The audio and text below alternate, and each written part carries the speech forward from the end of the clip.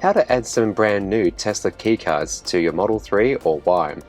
My wife and I have got a card each, but we also rent this car out on ev.com.au, and we figure sooner or later someone's going to lose one of these cards. So I ordered these and got them from Tesla after a very long wait, and here they are. And the process is very simple. Before we start, make sure you got your existing Tesla card. Then go Locks, Add Key, scan your new key behind the cup holder to begin. Then it's asking me to tap my existing card, and that's it. Card has been added. So we can see which card this is just by putting it on here, and it's that one there. So let's give it a name, spare card number 3, just so make it easy.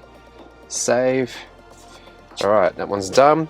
And then one more time, because this happens so quickly.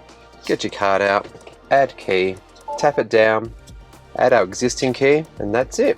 Because these are all black, and I think anything you write on them is going to be hard to distinguish between them.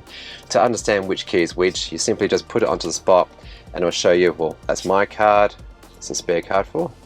Alright, if you enjoy this content, please subscribe for more, and see you soon.